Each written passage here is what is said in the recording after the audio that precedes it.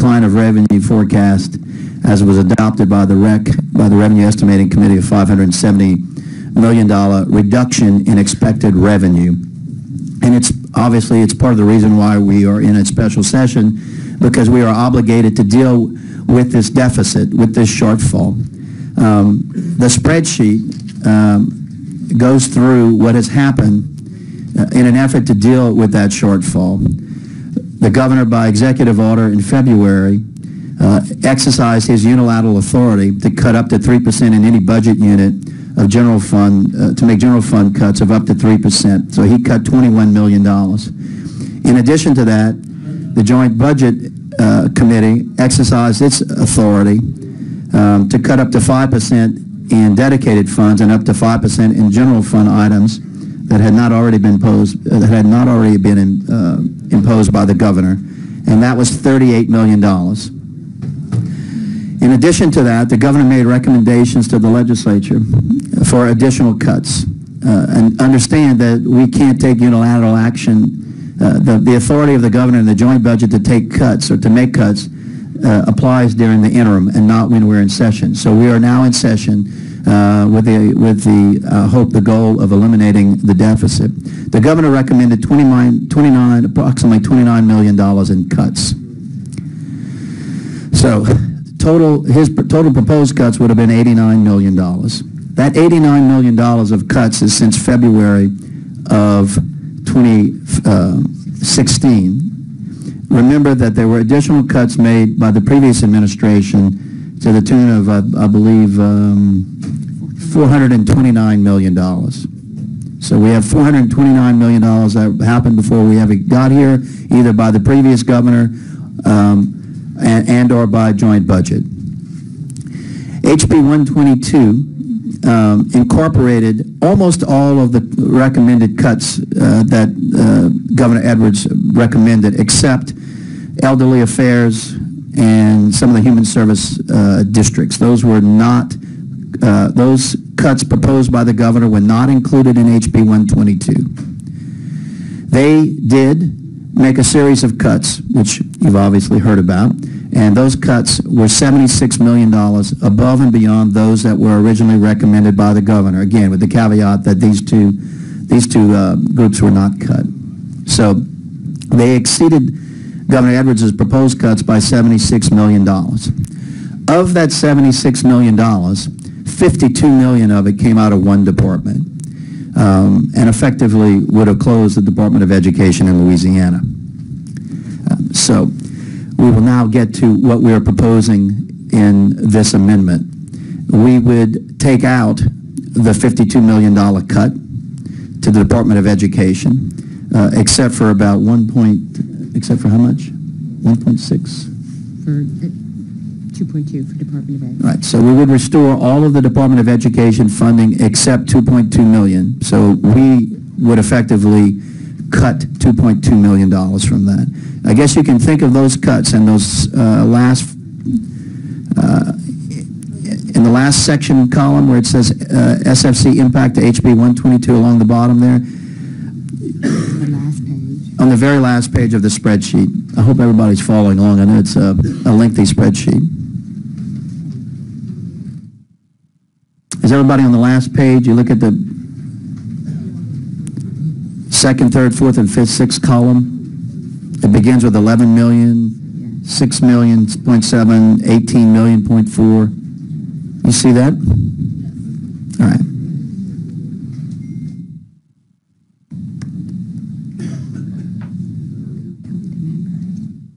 So we reduced the $76 million of cuts that were proposed in HB 122.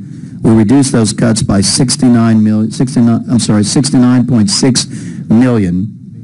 So the cuts that we added above and beyond what the governor proposed is $7.1 million. As you go through the spreadsheet, you will see what we are proposing to cut. These cuts, we've heard testimony from all the different agencies. We had a rationale to making these cuts. I mean, we heard testimony from all of the departments. We have since called the departments. The Division of Administration has made calls. We looked at their cuts in the previous in the earlier part of the year, last year. And so in an effort to make sure that we didn't destroy agencies that needed to operate and that were important to what we do on a regular basis, we tried to minimize those cuts. At the same time, as you know, some people, typically people are a little bit sheepish when it comes to proposing what they can actually sustain to keep their agencies going. But I want you to know that we were aggressive, and so was the division administration, in making sure we extracted the real savings and efficiencies that we think that they could endure. And that's where we are today with this $7.1 million in cuts. So we had a $570 million shortfall in revenue. We have a projected revenue deficit of $956 million.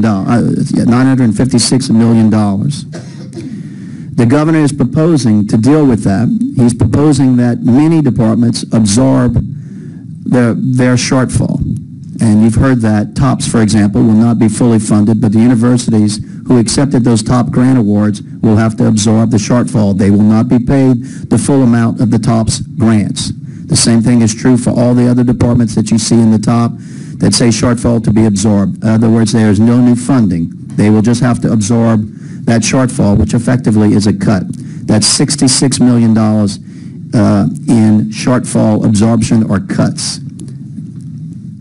So we have a remaining shortfall of $889 million. To address that, as I told you earlier, and as you already know, by executive order in February, the governor cut $21.7 million. Joint budget, with its authority to make cuts in the interim when we're not in session, cut $38.5 million for a total of about $60 million. Approximately $60 million. We are now proposing to make an additional cut of $36.6 million, which is the $29 million in cuts recommended by the governor and $7.1 million of additional cuts, which this committee, I'm assuming, is proposing to do in this amendment. So the total number of budget reductions, in addition to what's already happened, in addition to all of these agency absorbing costs that they're not going to be paid for, is $96 million, $96.8 million, roughly $97 million. That leaves us with a shortfall of $793 million. In order to deal with this shortfall, we have found new revenue. The new revenue comes from, as you know, rainy day, to the tune of $128.5 million. Capturing the first payment of the PP settlement, which is $200 million. So we're bringing $328.5 million to the table to deal with the shortfall. After you account for that additional revenue, we still have a remaining shortfall of $464.5 million. How have we proposed to deal with that? There are outstanding bills that would propose raising revenue, taxes, to the tune of $350 million. To date, as we sit here today, $293 million have effectively passed through the process. So we are accounting $293 million in new revenue. However, we're short $56.9 million. So as we sit here today, if we adopt this amendment, we would be short $171.5 million with the taxes that have been passed to date. In that $171 million shortfall are the expenses associated with maintaining the private public hospitals, including $42 million in cuts to higher ed. So we would have to raise additional revenue to get to that $171 million, or we'd have to make additional cuts. The point being is that the bill that came over from the House did not come balanced.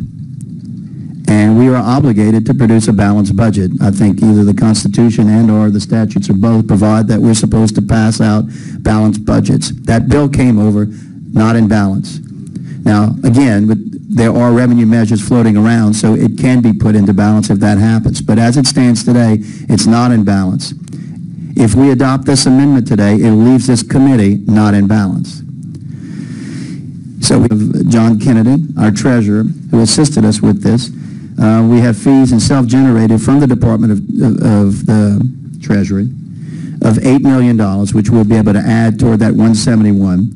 We have an opportunity next month, and that ball is already in motion. The RFPs have been sent out. I think most of you remember the testimony when the treasurer was here, when Mr. Kennedy was here, we were talking about doing a refunding of some of the state's outstanding debt. And that's already in motion, and we anticipate being able to raise between $80 and $90 million. We have it identified here as $80 million. Assuming that goes forward and there's no problems with that moving along, we will have brought $88 million against the 171 that we need to fully fund the budget that we passed this past year. So that leaves us, which had taken a big cut of $20 million. The Department of Revenue, we were talking about auditors and all the cuts that, all the things that they do in that department, we restored those cuts as well. So with that, Mr. Chairman, I will take any questions. I have a question from Senator Donahue. Yes. Thank you, Mr. Chairman. So if the cuts that the governor and the legislature made, I'm looking at this sheet in the Senate here under that gold number. It says total governor JLCB legislative budget reductions $89,778,000. That is, well, the $89,778,000, and we are adding to those reductions $7,109,186, which is the last number on the big sheet. Right. For a total of, or the number that's next to it under the blue is $96,822. Correct. Is the total reduction. And then we restored, by this bill, we restored $76 million of cuts, which are enumerated on the left side here, that start with MFP, Department of Education, $51 million. Those are restored. And what that leaves us with is, after those cuts, it leaves us with I guess my question is, the $350 million that is governor's original revenue request in JLCB. We haven't met that 350 yet, though, have we? We've only met $293 million of that. So we're short $56 million there. Now that $56 million is in addition to the 171. No. It's inclusive. It's included in the $171 million. Sherry put that in just to show the shortfall, but it's incorporated in the red figure, the shortfall figure of $171,488,000. Yeah. So when this amendment and bill passes, if it passed this way, we would be short $171,488. And then you came down on the bottom of that and showed the bond refunding and the fees generated at $88 million, which is subtracted from the 171, right, to give you the $83 million that you now are out of balance, and we're referring to. That's probably one of the kids, Eric. It's my wife. Let me take that call, honey. So as it's presented right now, we are, I don't feel my me using the term out of balance, $83,488,000. That's correct. So can we return this? Can we pass this bill and return it out of balance by $83,488,000, or does the supplemental bill, which covers the shortfall, need to be balanced to zero before we return to the House? I think that we can do it either way. We can return it to them because they have the revenue measures on their side. They've done their part. I mean, they brought cuts over. We've looked at those cuts. I think we used a better process by which to determine what should be cut. We've also identified new revenue. I think it would be... They hate it when the Senate identifies new revenue. You know that. Right, I understand that. But So, I mean, I think we could send it back to them and say, you have revenue measures that you can pass. If you pass them, incorporate it into this bill and make it whole. If they pass those revenue measures this afternoon and tomorrow, I am assuming that we would hold that bill on this side and then incorporate that new revenue and send them back a balanced bill, and hopefully we could go home. The 350 that we are still, the portion of what we still short, 56 million, yeah. yeah, the 56 million. So the 350 includes, does that include the 1% sales tax? Yes. Yes, okay, because it passed both bodies. What, I see Sherry pointing to something. Is that But on here? in the very bottom, Senator Donahue, you'll see HB 62 Jackson, 214 million, HB 54 by Broadwater, Shadow and White. That's the $293 million that has passed to date. You want to explain what each one of these? Okay. And then if you take the 293, 100 that needs to go, and you add back to it the 56.9, that gets you to the 56,900,000, that gets you back to the 350 number. Yep. Gotcha. Okay. Great. Good job. Thank you, Mr. Chairman. Senator Tarver. Tell me what is leave us with the partnerships and with the medical schools in Shreveport and New Orleans, with $85 million still short. They would not get funded. So the problems that were described earlier by several people, but primarily Dr. Oye, if we don't fund the public-private partnerships, it has a direct adverse impact on the hospitals. And as he indicated earlier, he said in the best case scenario that in the best case scenario as proposed in the executive budget and by the governor, he still lost everything. And that was the $121 million that we talked about earlier that was not, well, I don't know if it wasn't contemplated, it just wasn't included. That is included in this 171. So if we fund the 171 with the $80 million refunding of outstanding debt, the $8 million that the treasurer, that Mr. Kennedy was able to locate. We still need 85. We still need 83 point something, about 85 million. If we pass that 85 million, we will fund the public-private partnerships. And the medical schools. And the medical schools along the way. Again, all of the reductions that the universities have to absorb, that 28 million, they still eating that. They're still absorbing that. That is still effectively cuts for them. So it's still a painful, it's still painful for everyone, but it's a way to get us through this year as we try to move into the next big problem we have. It's just a little bit less painful. It's less painful, but I think nonetheless it'll be painful. But I can tell you what would be a lot more painful is if you undo those public-private hospital arrangements, which we're not in a position to do, quite frankly. I agree. Under the way they're written. And if we don't fund it, that's another $42 million that higher ed would have to take on top of the $28 million that they're having to absorb in the fact that we're not fully funding TOPS. That would be pretty painful too, I would think. Thank you. Senator Fannin. Thank you, Mr. Chairman. I think you maybe answered part of the 171. Yes, sir. On the right side there. If it's fully funded, it would take care of the 64 for the public-private partnerships. I think Yes, you sir. just said that. Yes, it will. But it will not take care of, up on your top chart, the 24 for the top shortfall. No, sir.